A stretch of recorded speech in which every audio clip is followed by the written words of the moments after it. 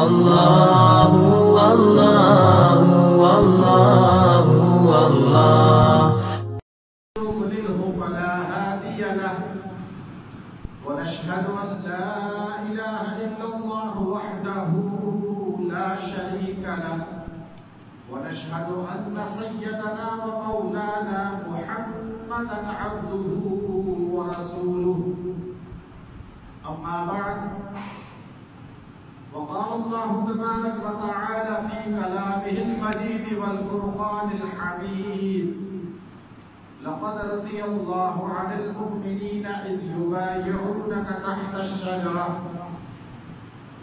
وقال النبي صلى الله عليه وسلم لكل نبي رفيق في الجنة ورفيقي في الجنة عثمان أو كما قال النبي صلى الله عليه وسلم إن الله وملائكته يصلون على النبي يا أيها الذين آمنوا صلوا عليه وسلموا تسليما اللهم صل على محمد كلما ذكره الذاكرون وكلما غفل عن ذكره الغافلون.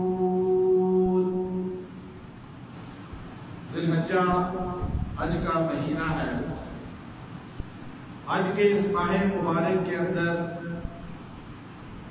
ایک قربانی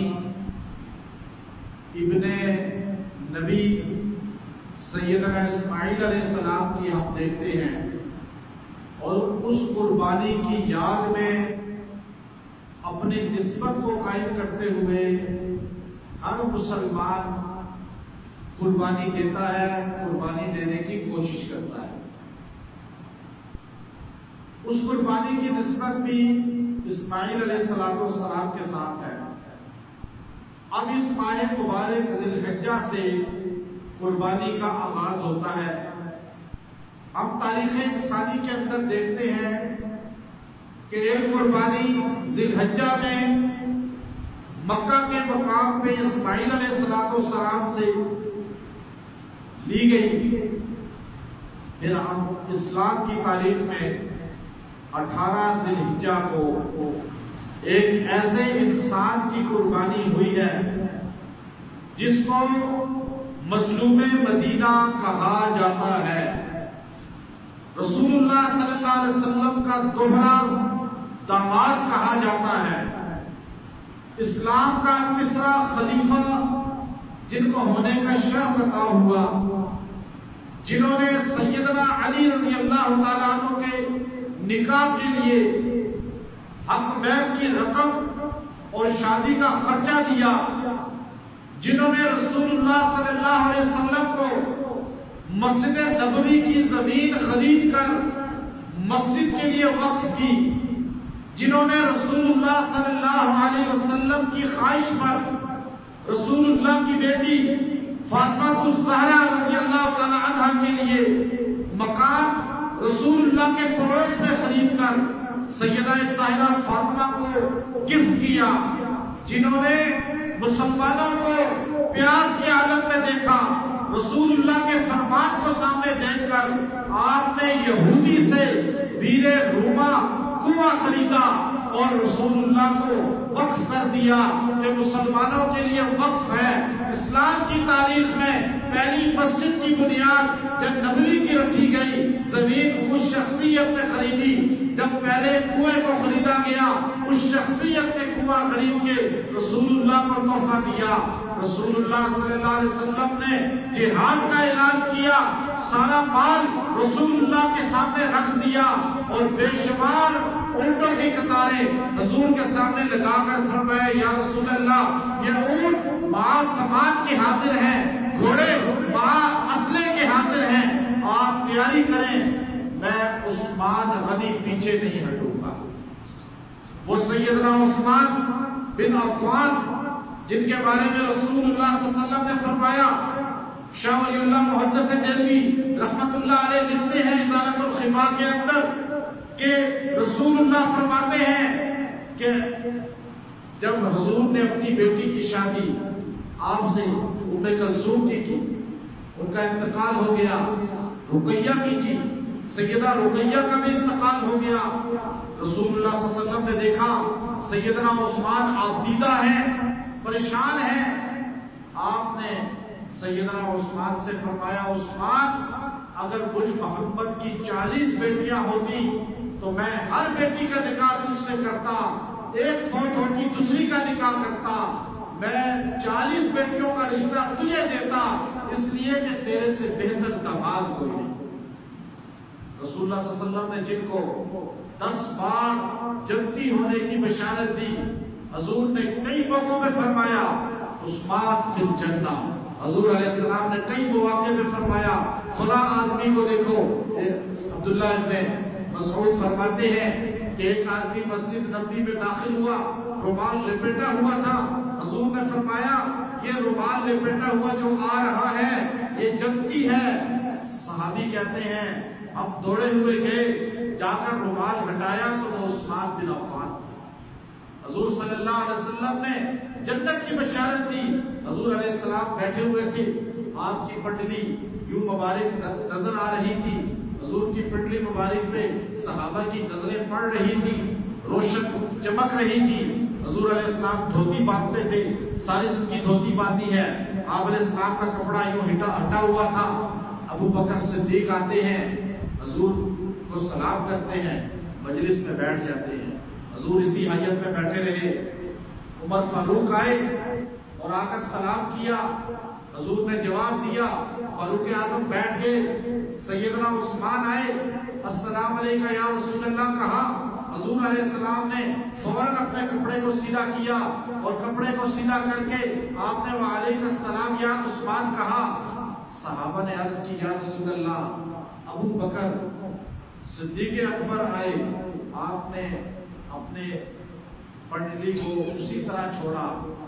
عمر آئے، آپ نے پنڈلی کو اسی طرح چھوڑا. جب عثمان آئے آپ نے عثمان سے حیا کیا اور اپنی پنڈلی کو کپڑا لگا دیا. تو حضور نے فرمایا کہ ان تستحیی منہ الملائکہ، میں اس آدمی سے حیا کیوں نہ کروں جس سے فرشتے بھی حیا کرتے ہیں. فرشتے بھی جس سے حیا کرتے ہیں. وہ عثمان جو کبھی غسل خانے میں بھی ننگے بدن کے ساتھ نہائے نہیں، سطر ڈھانپ کے نہاتے تھے.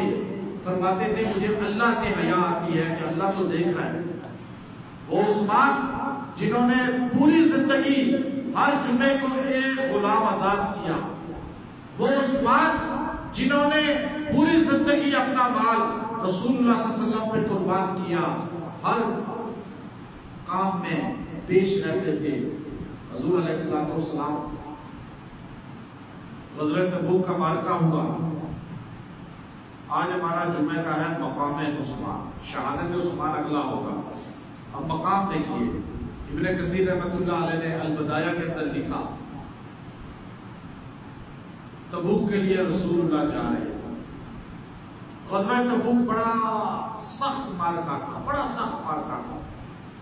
ایک ایسی قوم سے جھگڑا جنگ تھی جو قوم غسانی تھی، اردن کے بارڈر پہ تھی اور یہاں سے نکلنا تھا. پہلے تو اپنوں میں لڑائی ہوتی ہے، خاندانوں میں، مکہ والوں سے. یہ پہلی لڑائی تھی جو باہر کے لوگوں کے ساتھ. اب ان کے پاس ہر چیز کثرت میں تھی، غسانیوں کے پاس. حضور صلی اللہ علیہ وسلم صحابہ اکرام کے لیے روز منبر پہ بیٹھ جاتے ہیں.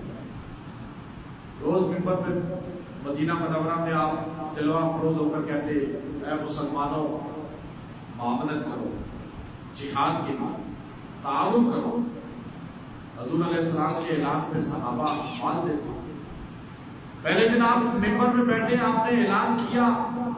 سیدنا عثمان کھڑے ہوئے، فرمایا یا رسول اللہ 100 گھوڑے وہاں اسلحہ کے وقف کرتا ہوں مجاہدین کو. حضور علیہ السلام خوش ہوئے. ابو بکر صدیق نے پورے گھر کا مال لا کے رکھ دیا. عمر ابن خطاب نے نصف لا کے رکھ دیا. اب سارے مال لا کے رکھ رہے ہیں.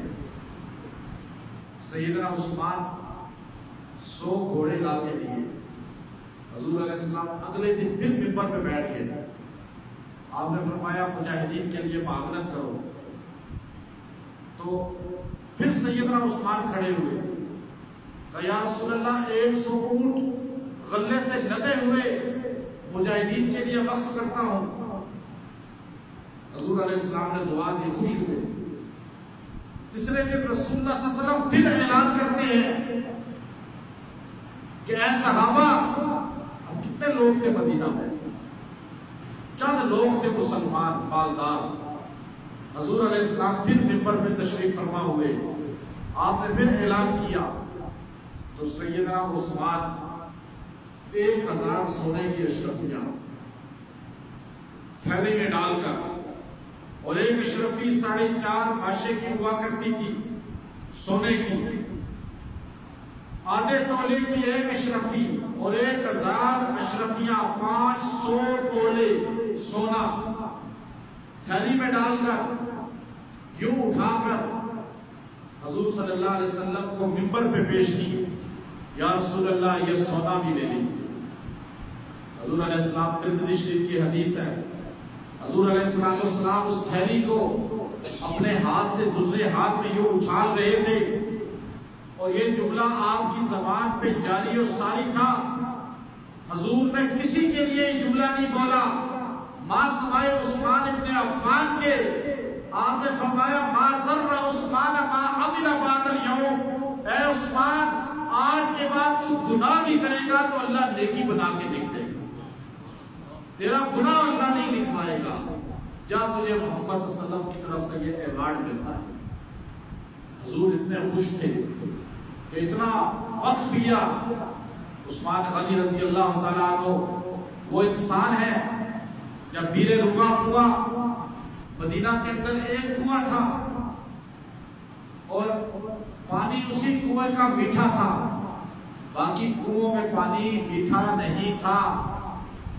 اب یہودی کا کنواں تھا، مسلمان بھرنے جاتے تو یہودی انہیں دھتکار دیتا، یہودی ان کو لائنوں میں کھڑا رکھتا.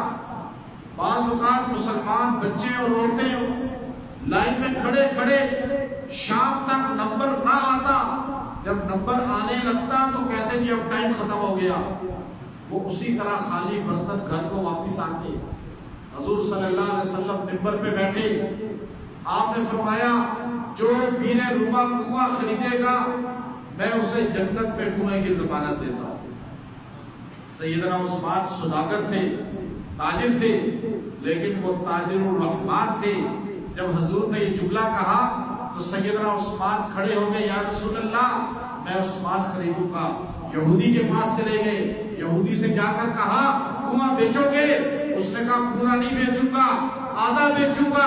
آدھے کا سودا اس نے اتنا بڑا لگایا، اتنی بڑی قیمت لگائی کہ سیدنا عثمان سوچنے کے بجائے بڑی قیمت اس لیے اس نے لگائی کہ اگر میں زیادہ قیمت لگاؤں گا تو عثمان بھاگ جائے گا، یوں کنواں بکے گا بھی نہیں، اور میں بیچوں گا. ایک ایک ڈول اتنے پیسوں میں بیچتا تھا، یہودیوں کو بھی مسلمانوں کو بھی وہ بیچا کرتا تھا. عثمان غنی نے فرمایا ایک لمحے میں جو قیمت لگائی ہے میں آدھا کنواں خریدنے کے لیے تیار ہوں، قیمت اسی وقت لو. آپ نے اس کو اشرفیہ پیش کی، قیمت دی. اس نے کہا ٹھیک ہے، ایک دن تمہارا ایک دن ہمارا، ایک دن تم جس کو چاہے پانی دو، ایک دن جس کو ہم چاہے پانی دیں. پانی ایک ایک دن پہ ڈیوائیڈ ہو گیا، یوں کنواں آدھا آدھا ہو گیا. سیدنا عثمان آئے، یا رسول اللہ آدھا کنواں خرید لیا ہے، آپ کو وقت کیا ہے، آپ جنت کی بشارت دیں، کنویں کو جیسے چاہے استعمال کریں.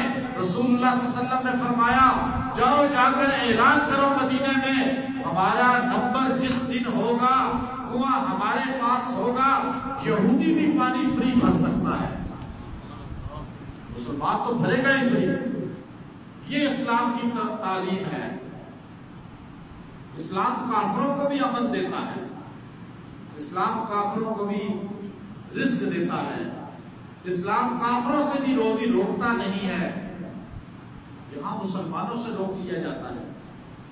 تو آپ صلی اللہ علیہ وسلم کا وہاں جا کے جب اعلان پہنچایا گیا جس دن سیدنا عثمان کی باری ہوتی تھی یہودی بھی لائنوں میں آ کے کھڑے ہوتے تھے کہ آج ہمیں فری پانی ملے گا اور جی بھر کے ملے گا۔ حضور صلی اللہ علیہ وسلم نے اعلان فرما دیا، اور اگلے دن جب یہودی کی باری ہوتی تو پہلے دن سارے فری لے چکے ہوتے، تو اگلے دن یہودی بھی اس کنویں پہ نہیں جاتے تھے، کہتے تھے کل چلے جائیں گے پھر مل جائے گا فری۔ یہ جو ہے رسول اللہ صلی اللہ علیہ وسلم کا فیضان ہے، لنگر ہے، سبیل ہے۔ حضور صلی اللہ علیہ وسلم نے وہ سبیل لگائی اور پانی یہودی، مشرک، منافق، مسلمان سارے بھرتے رہے۔ یہودی عاجز آ گیا، کچھ دنوں بعد آ کر کہنے لگا عثمان میرے سے آدھا حصہ بھی لے لو، پورا کنواں خرید لو، اور اس نے باقی کنواں بھی آپ کو بیچا، آپ نے وہ وقف کر دیا۔ اس کو؟ اسلام کو۔ آج بھی آپ مدینہ منورہ میں جائیں، مدینہ منورہ کا بینک کے اندر اکاؤنٹ نمبر ہے، اکاؤنٹ کھلا ہوا ہے سیدنا عثمان کا۔ آپ حیران ہوں گے کہ آج سے 1400 سال پہلے بینک تھا ہی نہیں، لیکن عثمان غنی کا اکاؤنٹ آج بھی کھلا ہوا ہے، اور ان کا باغ موجود ہے، اس باغ میں کنواں موجود ہے، باغ میں کھجور کے درخت موجود ہیں، اور وہ آج بھی باغ وقف ہے مدینے والوں کے لیے، وہ کنواں وقف ہے مدینے والوں کے لیے۔ وہاں کی ساری کھجور اکاؤنٹ میں پیسہ جاتا ہے اور وہ مدینہ کے غرباء میں تقسیم ہوتا ہے۔ عثمان غنی نے وہاں جو صدقہ جاریہ کیا تھا، آج تک صدقہ جاریہ موجود ہے۔ حضور صلی اللہ علیہ وسلم نے خود فرمایا لِكُلِّ نَبِيٍّ رَفِيقٌ فِي الْجَنَّةِ، ہر جنت میں نبی کا ایک دوست ہوگا، ہر نبی کا ایک دوست ہوگا جو اس کے ساتھ چلے گا، ہر جگہ جائے گا۔ وَرَفِيقِي فِي الْجَنَّةِ عثمان، اور جنت میں میرا رفیق عثمان بن عفان ہوگا۔ آپ کا نام ہے ذوالنورین، ذوالنورین، دو نوروں والا، چونکہ آپ کے نکاح میں حضور کی دو بیٹیاں آئیں، حضور علیہ السلام کی دو لخت جگر آئیں آپ کے نکاح میں، جس کی وجہ سے آپ کو دو نوروں والا یعنی حضور کا دوہرا داماد کہا جاتا ہے۔ کوفہ میں ایک آدمی تھا، وہ حضرت عثمان غنی رضی اللہ تعالیٰ عنہ کو پسند نہیں کرتا، رافضی تھا اور برا سمجھتا تھا، کہتا تھا غلط ہے۔ امام ابو حنیفہ رحمۃ اللہ علیہ کے پاس آیا اور آ کر امام صاحب سے بڑی محبت کرتا تھا۔ بعض لوگ ہوتے ہیں ایسے، آج کے دور میں بھی ایسے موجود ہیں، مجھ سے بڑی محبت کرتے ہیں، میرے پاس آتے ہیں، بڑی محبت کرتے ہیں، لیکن صحابہ میں سے کسی نہ کسی صحابی سے بغض رکھتے ہیں۔ اکثر میں نے واٹس ایپ پہ اکثر اسٹیٹس لگا دیتا ہوں شان امیر معاویہ یا اس طرح کسی صحابی کا، تو مجھے پھر پتا چلتا ہے کہ فلاں جو میرے پاس مرد اور عورت آ رہے ہیں وہ کتنا ان کے دل میں فلاں صحابی کے لیے بغض ہے، کہ مجھے کمنٹس کریں گے کہ حضرت آپ بھی صحابی کو مانتے ہیں، امیر معاویہ کو مانتے ہیں، آپ بھی اس کو مانتے ہیں، فلاں فلاں کو، گویا کہ ان کے دل میں بغض ہے، لیکن میری عزت کرتے ہیں۔ یاد رکھیں ہماری عزت کی کوئی حیثیت نہیں ہے، اصل عزت کس کی ہے؟ رسول اللہ کے صحابہ۔ جو صحابہ کی عزت نہ کرے تو ہماری عزت کرے تو ہمیں اس سے کوئی فائدہ نہیں۔ اصل عزت رسول اللہ کے صحابہ کی ہونی چاہیے، جو ایمان ہے، سب کے لیے ایمان ہے۔ ایک صحابی کا بھی بغض ذہن میں ہے، ایک صحابی کا بغض دل میں لے کر مر گیا تو بخشش نہیں ہوگی، چاہے وہ اہل بیت ہے چاہے صحابہ ہے، کوئی بھی۔ ترمذی شریف کی حدیث، رسول اللہ کے پاس سامنے جنازے آتے تھے، آپ پوچھتے تھے کس کا جنازہ ہے، صحابہ بتلایا کرتے تھے یا رسول اللہ فلاں ابن فلاں کا ہے، تو آپ جنازے کا اگر دیکھتے تھے کہ یہ آدمی مومن ہے تو اس کا جنازہ پڑھاتے تھے، اگر مومن نہ ہوتا منافق ہوتا تو آپ جنازہ نہیں پڑھاتے۔ سیدنا حذیفہ بن یمان رضی اللہ تعالیٰ عنہ کو آپ نے سارے منافقوں کے نام بتائے ہوئے تھے۔ حذیفہ رضی اللہ تعالیٰ کو صاحب سر کہا جاتا ہے، حضور کا رازدار۔ صحابہ کی ساری جماعت میں حذیفہ یمان واحد صحابی ہے جو حضور کے رازدار تھے۔ حضور نے بتلا دیا تھا فلاں فلاں منافق ہے اس دور میں، بعد میں یہ آئیں گے منافق، یہ فتنے ہوں گے، فتنہ وہاں سے پیدا ہوگا، فلاں قبیلے سے، فلاں بندے سے، یہ منافقوں کا نام ہے۔ سارے منافقین کے نام حذیفہ رضی اللہ کو رسول اللہ نے بتائے۔ سیدنا عمر رضی اللہ تعالیٰ عنہ جب بھی کسی جنازے کا اعلان ہوتا تو آپ پہلے ایک جاسوس کو متعین کیا ہوا تھا کہ جاؤ جا کر دیکھو حذیفہ اس جنازے میں گئے ہیں یا نہیں۔ اگر سیدنا حذیفہ اس جنازے میں نہ جاتے تو عمر بن خطاب بھی نہ جاتے، اس لیے کہ حذیفہ منافقوں کا جنازہ نہیں پڑھتے تھے اور عمر بھی منافقوں کا جنازہ نہیں پڑھتے تھے۔ اب وہ منافق کسے کہتے ہیں؟ اب ترمذی کی حدیث ہے، حضور کے سامنے ایک جنازہ آیا، حضور علیہ السلام نے پوچھا کس کا ہے؟ کہا حضرت فلاں ابن فلاں کا ہے۔ حضور مصلی امامت سے پیچھے ہٹ گئے، جنازہ چھوڑ دیا۔ صحابہ نے کہا یا رسول اللہ جنازہ کیوں پڑھا نہیں رہے؟ آپ نے فرمایا صحابہ پڑھ لو تم جنازہ، تمہارا بھائی ہے، لیکن میں محمد اس کی امامت نہیں کروں گا، اس جنازے کا امام نہیں بنوں گا۔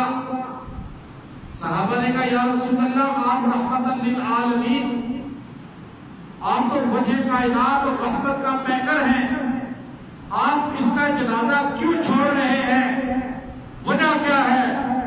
امام ترمذی نے لکھا رسول اللہ صلی اللہ علیہ وسلم نے فرمایا کہ اے صحابہ میں اس کا جنازہ اس لیے نہیں پڑھ رہا، انہو کانا یبغض عثمانا، یہ میرے عثمان سے بغض رکھتا ہے۔ جو عثمان غنی سے بغض رکھتا ہے محمد اس کا جنازہ نہیں پڑھ سکتا۔ تو پتہ یہ چلا صحابہ سے بغض رکھنے والے کا جنازہ نہیں پڑھنا چاہیے، کیونکہ رسول اللہ کی یہی تعلیم ہے۔ عثمان غنی رضی اللہ تعالیٰ عنہ ان کی محبت ایمان ہے۔ وہ کوفے کے اندر بندہ آپ کو برا کہتا تھا، امام صاحب سے محبت کرتا تھا۔ سیدنا عثمان کو برا کہتا تھا اور امام ابو حنیفہ رحمۃ اللہ علیہ سے محبت کرتا تھا، ان کو سامنے دیکھتا تھا۔ اچھا کیوں کرتا تھا ایسے؟ وجہ اس کی سمجھ رہا ہوں۔ ابھی آپ اس دور کے اندر اپنے پیر صاحب سے محبت کرتے ہیں، اپنے مرشد سے محبت کرتے ہیں، کیونکہ آپ اس کو سامنے دیکھتے ہیں چلتا پھرتا ہے، پگڑی میں دیکھتے ہیں، دستار دیگر چیزوں کو آپ کہتے ہیں حضرت حضرت ہمارے مرشد، اور کوئی گالی دے کوئی برا کہہ دو اپنے مرشد تو بڑی بات ہے، آپ سیاسی لیڈر کو برا نہیں کہنے دیتے۔ نون لیگ والوں کے سامنے عمران خان کو کوئی برا کہہ کے دکھائے، پیپلز پارٹی والوں کے سامنے کوئی زرداری کو برا کہہ کے دکھائے، تحریک انصاف والوں کے سامنے کوئی عمران خان کو برا کہہ کے دکھائے۔ کتنی محبت ہے، کیونکہ سامنے دیکھ رہے ہیں کہ پتہ ہے وہ غلط ہے، خامیاں ہیں، سب چیز ہے، لیکن اس کے لیے وہ قرآن و سنت کو بھی دوڑ میں لگا دیتے ہیں۔ ایسا ہی ہوتا ہے۔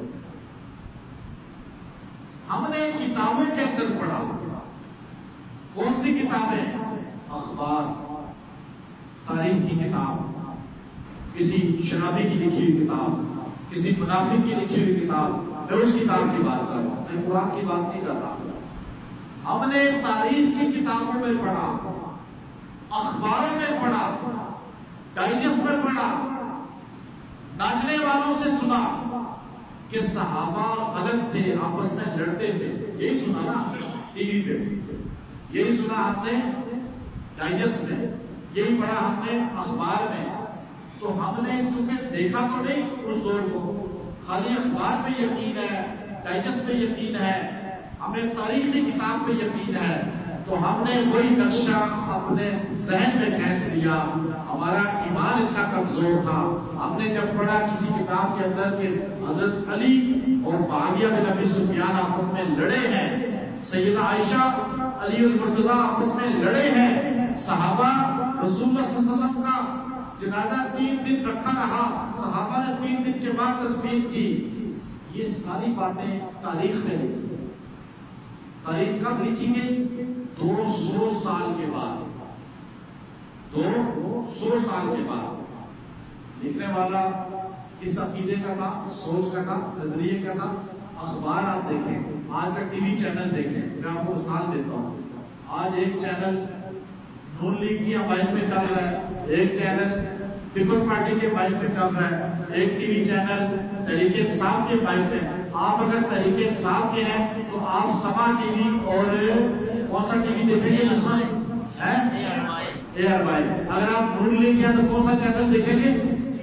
جیو. اگر ہم پیپل پارٹی کے، اب آپ دیکھیں نا، آپ کو وہی چیز مل رہی ہے اپنی مرضی کی نا. اگر آپ نون لیگ والا چینل دیکھیں گے تو وہ تحریک انصاف کی لڑائی کر رہے ہیں، آپ کو پتہ چلے گا وہ ختم، حکومت ختم ہے نا. ایسے ڈرامے.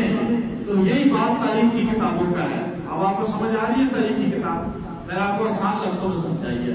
آپ تاریخ پڑھیں گے تو آپ کو ملے گا صحابہ تو نعوذ باللہ جنتی ہی نہیں ہے، آپس میں لڑتے رہے، یہ کام کیا، یہ کام کیا. کیونکہ یہ چینل ہے، کوئی صحابہ کے خلاف چینل کی تاریخ کا ہے، کوئی کسی صحابی کے خلاف چینل چل رہا ہے تاریخ کا، کوئی کسی صحابی کے خلاف چل رہا ہے چینل. اب آپ جس عقیدے کی ہے نا، تو آپ کا جس کا کمزور عقیدہ ہوتا ہے وہ کہتا ہے جی دیکھو ابن شام نے لکھا، جس کا اور کمزور ہوتا ہے کہتا ہے دیکھو جی ابن خلدون نے لکھا، اور پھر کم ہے کہتے ہیں دیکھو جی ملازری نے لکھا. اللہ کے بندو، آپ قرآن کی بات کیوں نہیں کرتے؟ بخاری شریف کی بات کیوں نہیں کرتے؟ آپ چینلوں کی بات کیوں کرتے ہیں؟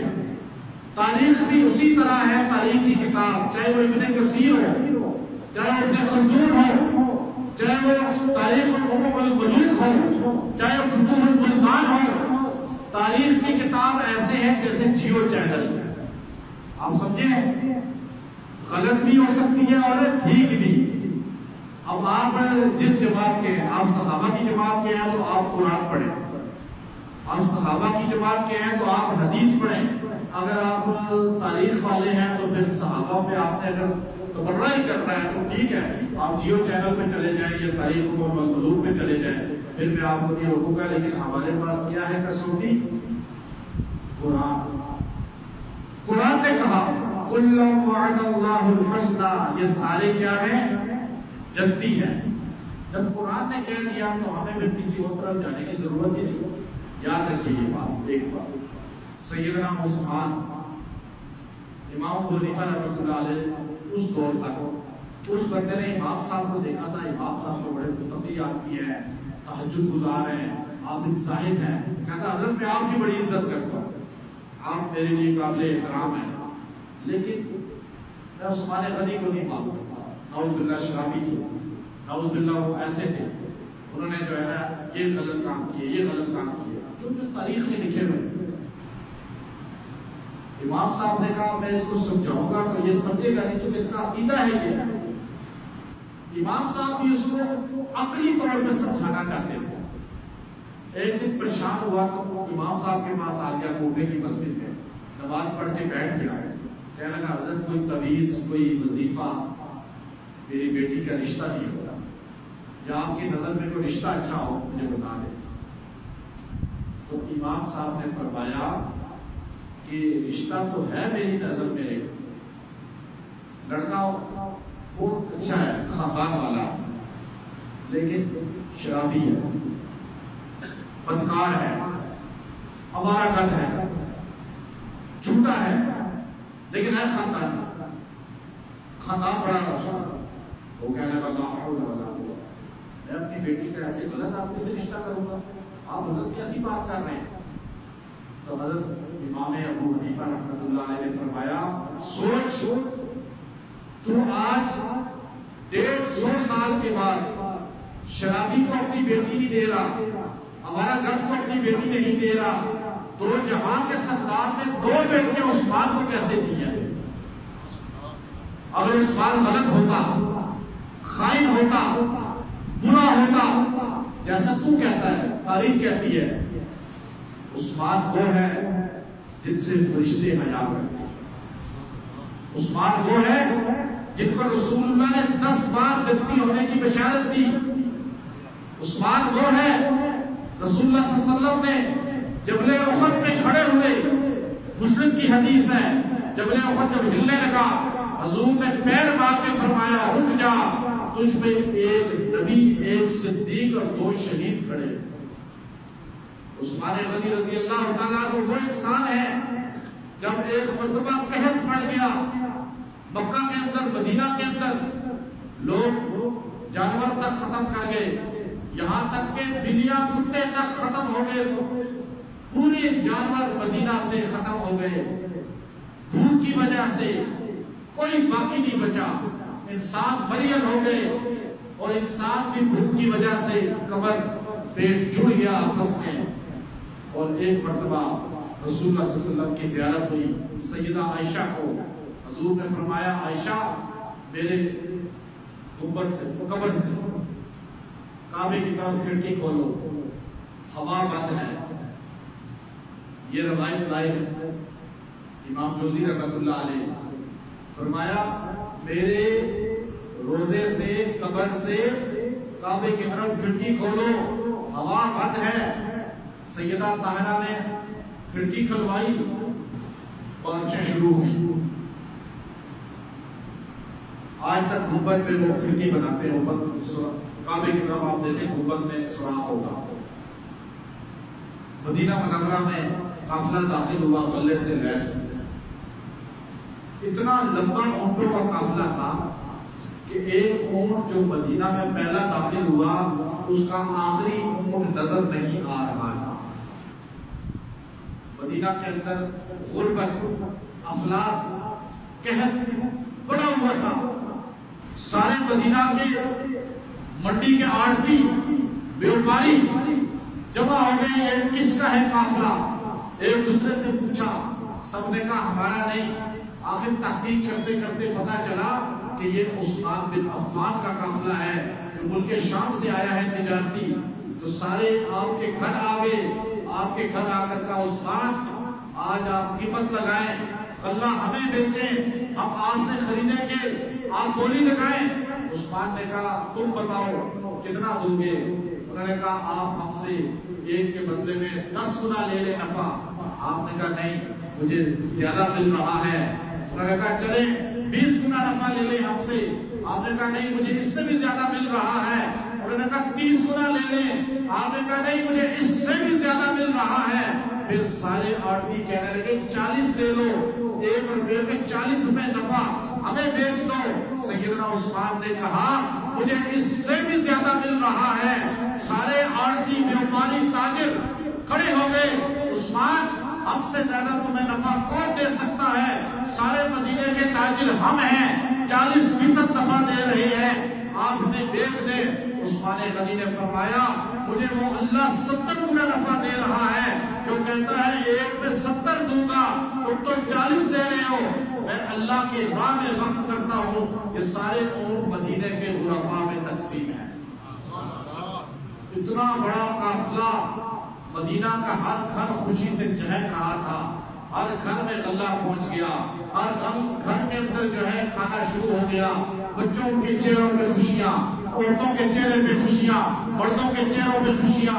وہ باپ جو بچوں کو بھوکا دیکھ کر دل ملا رہے تھے، ساروں کے چہروں پہ خوشیاں آ گئی۔